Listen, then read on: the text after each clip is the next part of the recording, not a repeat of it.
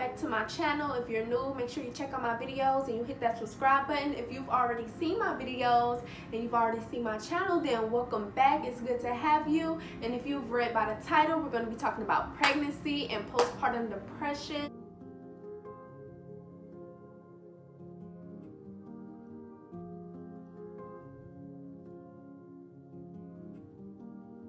Now, I am 22 years old. I had my daughter when I was gonna say 13, y'all. I was gonna say 13. What the?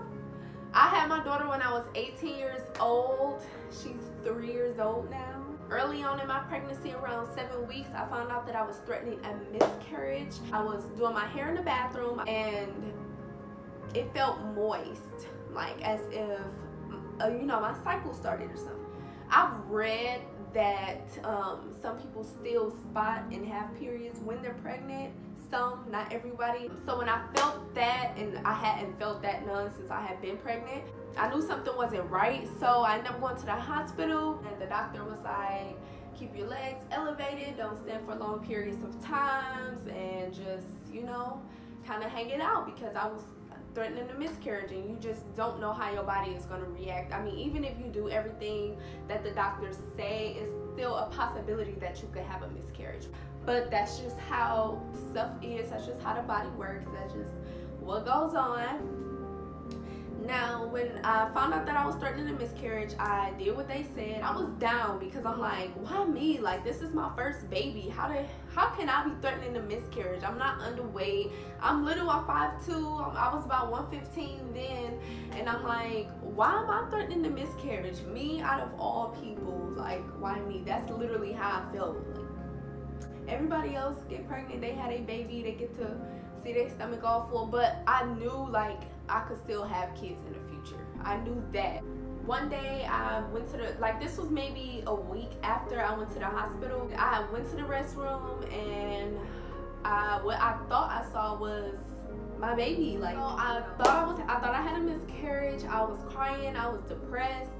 I didn't know what the heck to do. Like, I was literally down. I was like, is this really happening? Like, I had to process it. Is this for real? Like, why am I going through this? My mom, she was there to support me like all throughout of it. So because I was so down and depressed, I did not want to be in my hometown anymore. Yeah, I just pretty much wanted to get away because it was just depressing. I felt like it was no reason for me to be there. I just wanted to start over. Now, before I got pregnant, I did not want to move out of Detroit. Like, nothing would make me move, and that's why I was still there. But after experiencing a miscarriage, what I thought I was experiencing, I was ready to move, start over, and get away. When I moved to Texas, I went straight to cosmetology school. I did not enroll, you guys. I was just going to, because that's what I wanted to go to school for. So I went there and I got an estimate, but like, I literally did not have a job. I went there maybe like the day after I moved to Texas, maybe 2 days after. So I did not have a job or any money to give them like money for an application or anything. I had a job working with my brother. He was the assistant manager there. He got me into that job, and then I ended up getting a second job. So I was working 2 jobs, and this is, you guys, all while still thinking that I'm not pregnant anymore. So I'm taking on jobs. I'm trying to like get my life together. I'm like, I'm 18. I just graduated from high school. I didn't go straight into college like I was supposed to, you know, like I had planned and stuff. But when I explain to people about my water breaking, they think like, oh, it was all over your clothes and all this stuff like that. So my mucus plug had broke like way before, and I didn't know what it was. Like, I'm thinking something was wrong. I literally did not know what a mucus plug was. So I was wearing pads because I'm like, what is this? I did like wear a pad to work or whatever, because I didn't know like if I was gonna ever like spot and stuff. Oh, look, y'all, I'm skipping. I'm literally like, why is this dude looking at me? I gotta skip until me finding out that I was still pregnant. I was eating like crazy, y'all, and everything I was eating, I was throwing up. So I would be eating pizza, and next morning I'm like waking up, throwing up everything that I ate. I know this is disgusting. Whatever toppings I had on there, that's how it came up. Like, it's like nothing was digesting. My mom and my brother was like, you might be still pregnant, take a pregnancy test just in case. So I ended up taking a pregnancy test and I found out that I was still pregnant, y'all. Look, he walking back. He walking back past.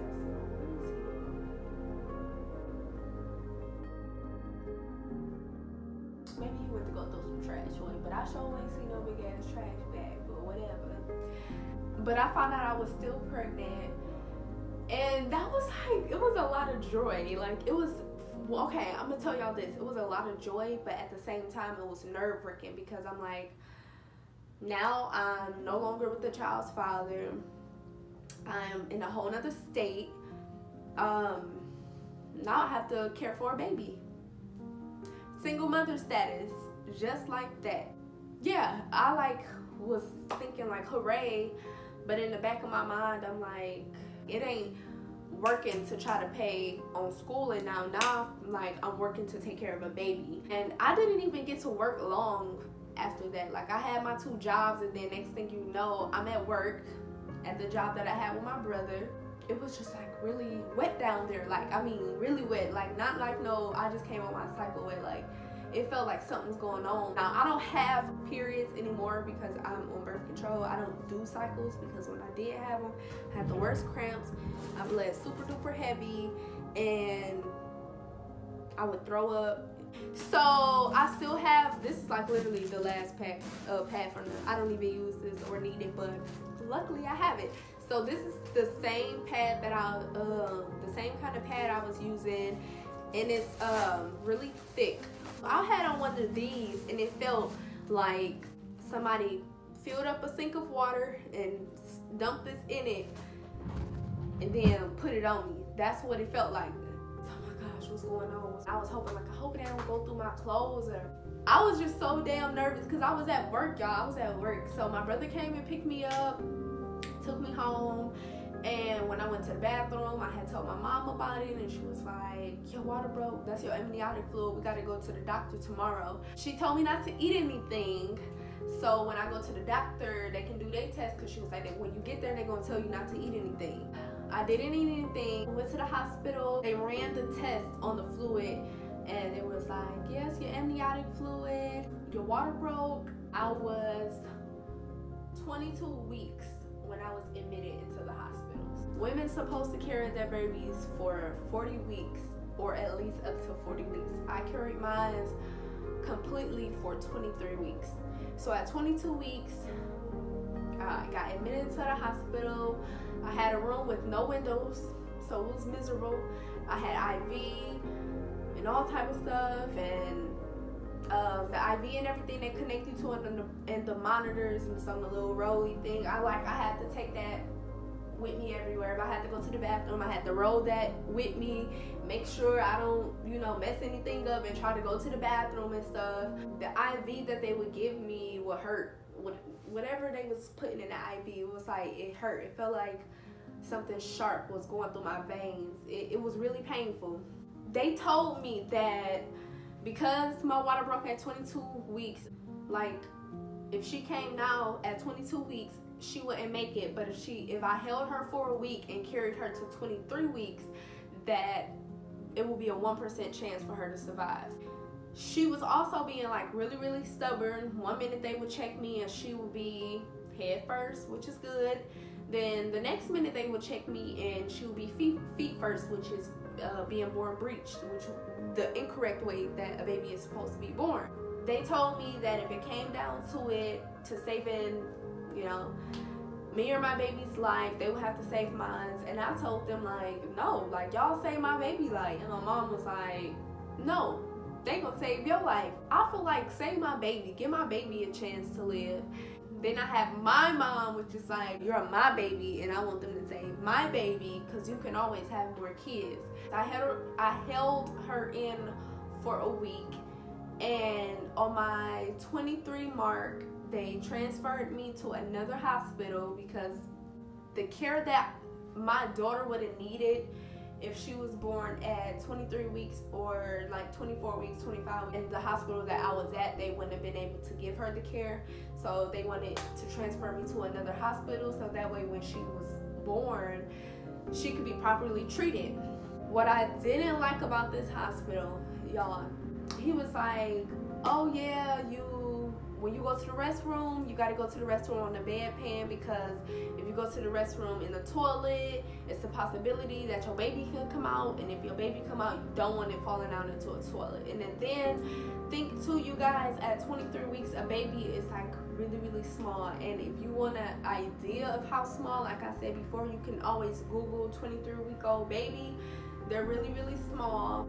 And they were talking to me, and at that moment that they were talking to me, I felt like they were trying to convince me to give my baby up. Now I'm already depressed, sad, don't know, what to do.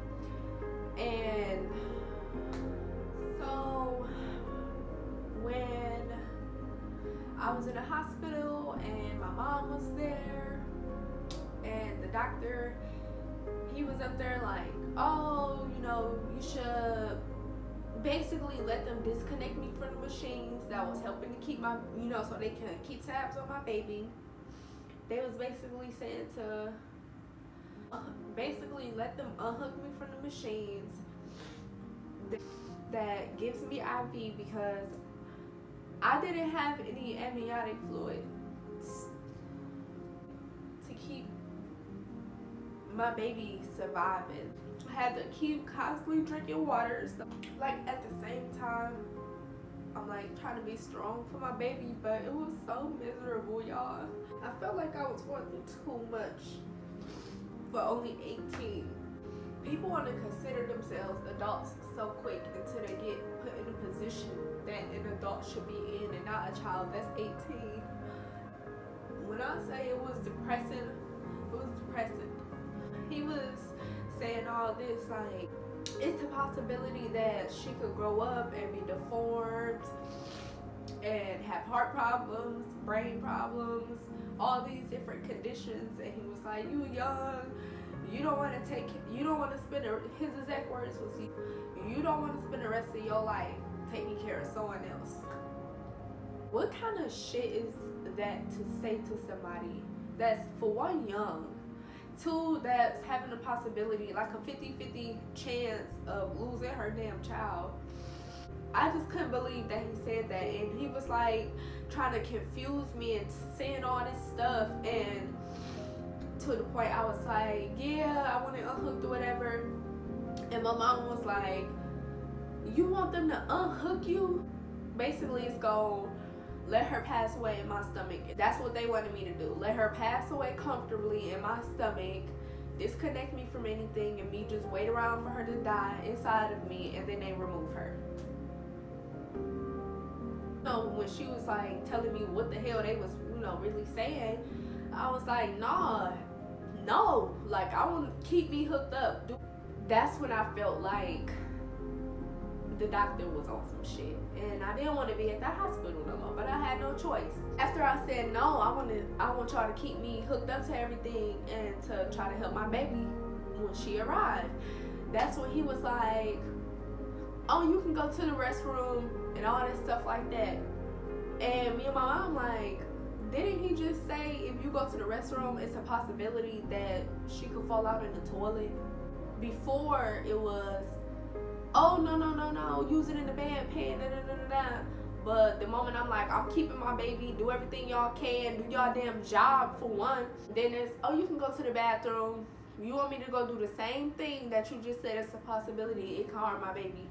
Now, my mom had been at the hospital with me like every day, unless she like went home to shower or whatever like that. But other than that, she was there with me every day.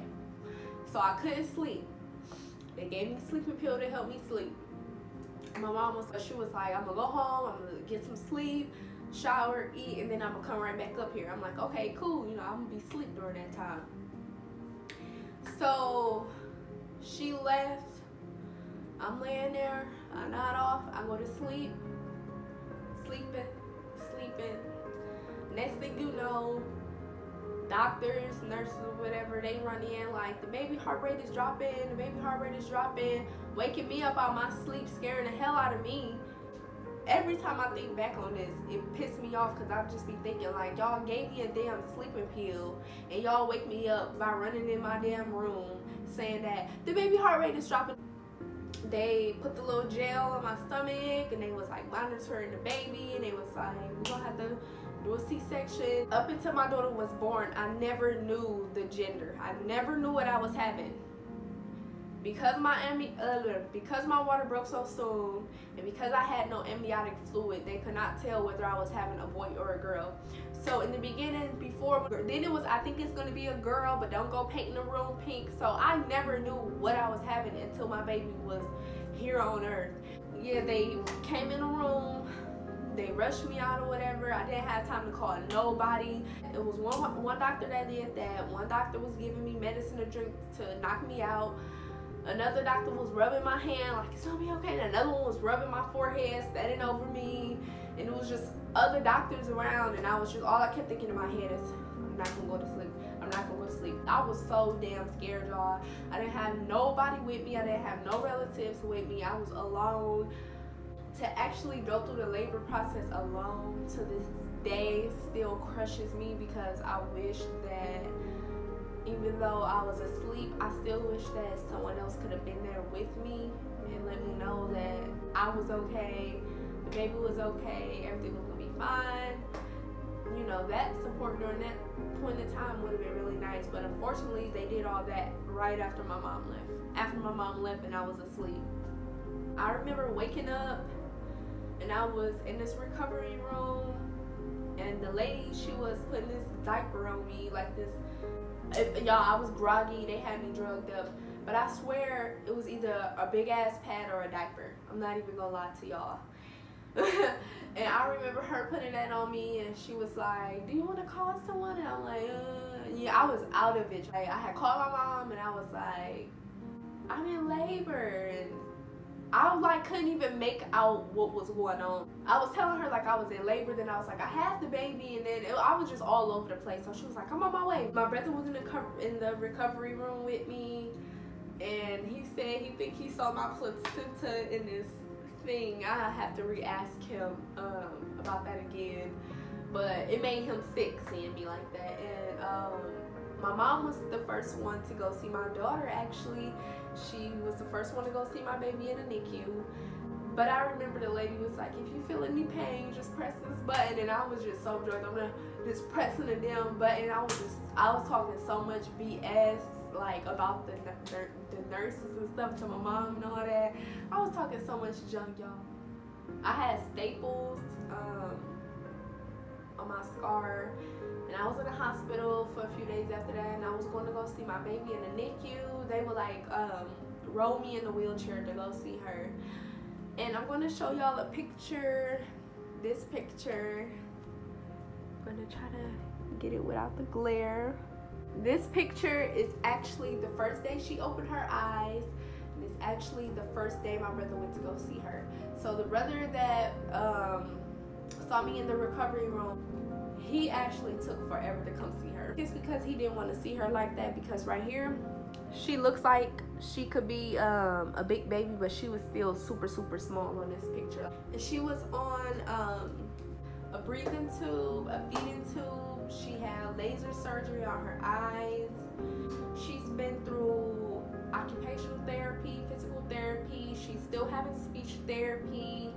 She was in the NICU from January 11th to April 14th, I believe. So that was a lot of days that I was going back and forth visiting the hospital. At one point, I would wake up like 4 or 5 in the morning, get a ride to the hospital, but spend time with her, and then I would leave the hospital, go home, get ready for work, and then I would go to work at 2, and then I would get off at 10, super late, sleep for a couple of hours, and turn around and do it all over again. Once she got out the hospital, I stopped working for like 7 months. And when she came home on oxygen still, and her heart rate and everything. Like, I had the machines and all that set up. I had tons of oxygen tank on. When she was born, she was 1 pound, 1 ounce. She was really, really small. She was so tiny, y'all. She could fit in the palm of my hand. Actually, I'm going to show y'all something. Do y'all see this? This was her first diaper. And her diaper got to this size once she got a little bit bigger. I just want y'all to see how small this is. This is hand sanitizer. This is my baby's diaper. I still have like our wristbands. This band was to inform the doctors that I was allergic to shellfish. I have all of our wristbands from when we was in the hospital. Going to her doctor's visit and say how much she's grown when she was like 8 pounds and stuff. These was her little hats. Basically this necklace, every time she would reach a goal, they would give me a charm. I wasn't able to even hold my daughter when she was first born. Like, it was a while before I actually got to even hold her. So all I could do was stick my hand in the incubator and touch her for a certain period of time and just stare at her. It was a while before I actually got to even hold her. This one was it has a kangaroo, and it's basically for the bonding of the mother and child, what they call it. A lot of them is when she left, when she was done with her feeding tube. And actually what's so crazy is when she got off her feeding tube, it was because she snatched it out. And that's when they were like, we're gonna see if she can, you know, be fed and everything without, you know, spitting up or going to her lungs and stuff. So they started, you know, slowly feeding her, seeing how she did good, and she was off the feeding tube since then. So okay, so that part is basically my pregnancy story. I tried to like sum it up.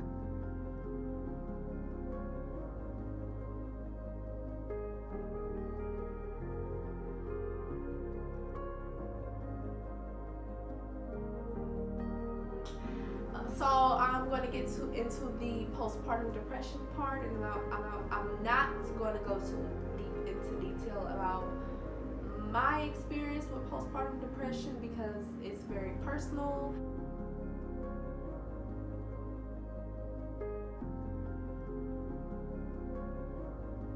Postpartum depression is feelings that you get after you have your baby. Some women have feelings or thoughts of killing herself, killing their child, like heavy depression, anxiety. The weight of the world is on their shoulder and they can't do it anymore. Some people have postpartum depression dealing with having a baby and not getting enough sleep, not having enough support. Let me tell y'all, if y'all have a friend or relative or anybody that you know that's pregnant or just had a baby, support them, be there for them, ask them how they're feeling, how their day going. It can just be like, hey girl, you know, you want me to babysit for about 2 or 3 hours so you can get you a peace of mind? It will help. It may not get the job done completely because every person is different when it comes to dealing with mental issues and stuff like that. So when I was going through postpartum depression, I was actually looking up adoptions. Sometimes I would just Google it because it was on my mind, like, I can't do this. Like, I didn't want to be a mother anymore. That's how I felt. And I feel like with postpartum depression, when you have certain thoughts, a lot of people don't want to speak on those type of thoughts. It's like, oh, you're crazy, or they feel like you making it up. I didn't feel like anybody would understand what I was going through, where I was coming from. Those thoughts went on for a very long time. I absolutely believe that my daughter being born early, me being told it was a possibility that she wouldn't make it, or, you know, it was my life or hers, all of those contributed into everything I was feeling. So even her coming home on oxygen and me having to deal with 3 different therapists coming to my apartment, a lot of times I would be super tired. Like, even when I eventually got an overnight job, I would get off at 6 a.m., try to sleep a little bit, but I couldn't sleep long because she had therapy, and by then she would be awake, so which means I cannot sleep.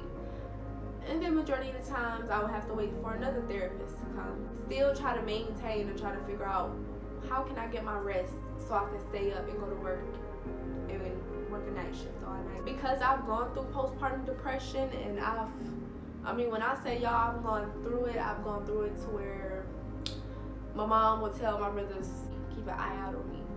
And I don't think at the time they knew exactly what I was going through. I don't think they even knew it was postpartum depression, because when you don't know anyone at all that's gone through postpartum depression, when you see someone going through it, I feel like the first thing people think is they're trying to look for a way to opt out of their responsibilities, when that's not even the case. A lot of times I think people look at it like, oh, you're just crazy and evil. Not that, you know, something is mentally going on with me. Like, I really need help right now. Like, I was looking up different counselors and therapists. I was 18. I'm like, how am I gonna pay for that? I'm still trying to take care of a baby and get all this stuff done. What was adding more frustration and more depression to what was already there was the fact that because my daughter was not a full-term baby, she was not doing everything on time that a full-term baby should. So when my daughter was 7 months, you probably would have thought she was 3 months. What I had to realize is that she's gonna do what she want to do when she's ready. So, and I want to get back to the postpartum depression part. If you are experiencing postpartum depression, get help. Seek help. Don't try to go through it alone. That's the only way to get better. Like, I didn't start feeling better until I talked to someone about it. Until I got it off my chest, what I was thinking. Until I knew, like, I had to let someone know, like, this is what I'm thinking. But then you also have those feelings where it's like, okay, what if I tell someone and they go tell someone else? And then everyone's looking at me like a monster. Like, you wanted to give your child up for adoption. You had thoughts of killing yourself knowing that you got a child left to take. You know, it's just so much. You have to be really careful about who you vent to. Don't just vent to anybody or feel like, oh, this is my homegirl, I'm gonna, vent to them. Make sure it's someone who genuinely have your best interest at heart. Someone who genuinely want to hear what you gotta say. Someone who genuinely want to help you, not just, yeah, girl, what you going through, so they can know your business. You don't want those type of people. Stay away from those.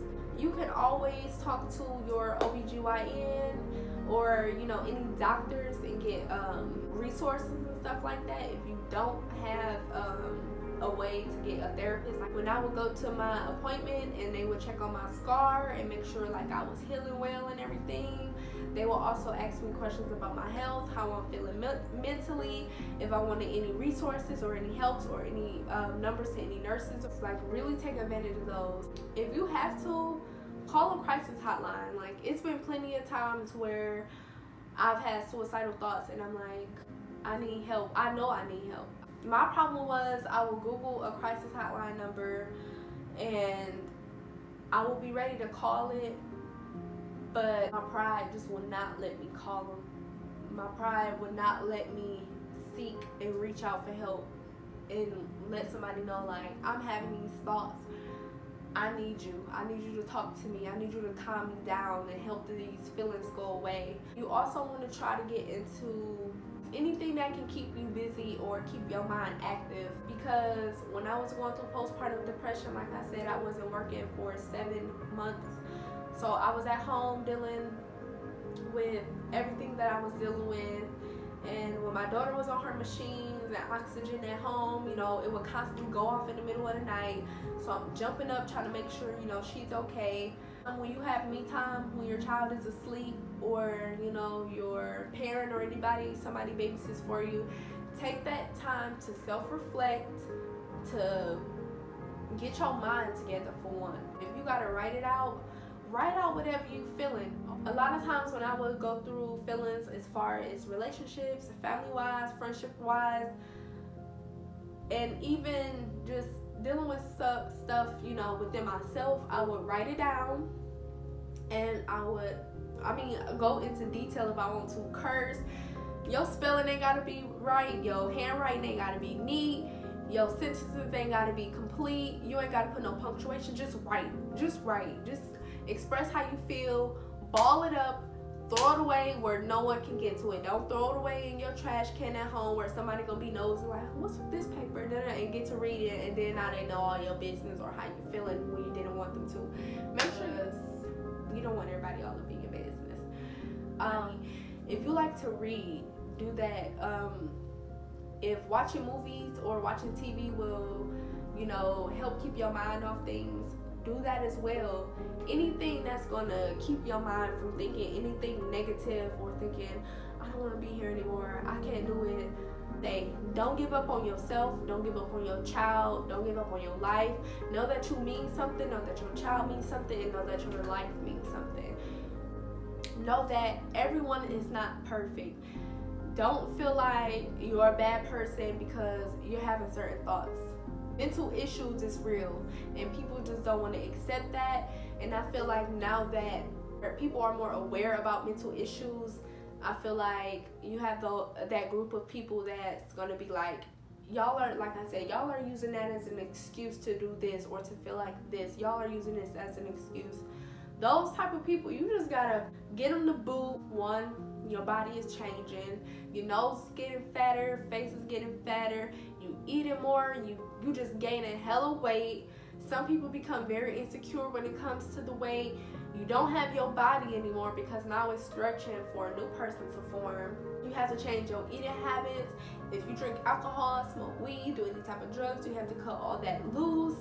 Not saying that should be hard because you should want to do that anyways, but some people are so addicted. That's why you have babies that come out addicted. I just want y'all to be strong, and like I said, reach out to somebody. If you feel like my family won't accept me saying something like this or telling them something like this, reach out to somebody, like I say, a therapist or a crisis hotline number or something like that, and get the help that you need.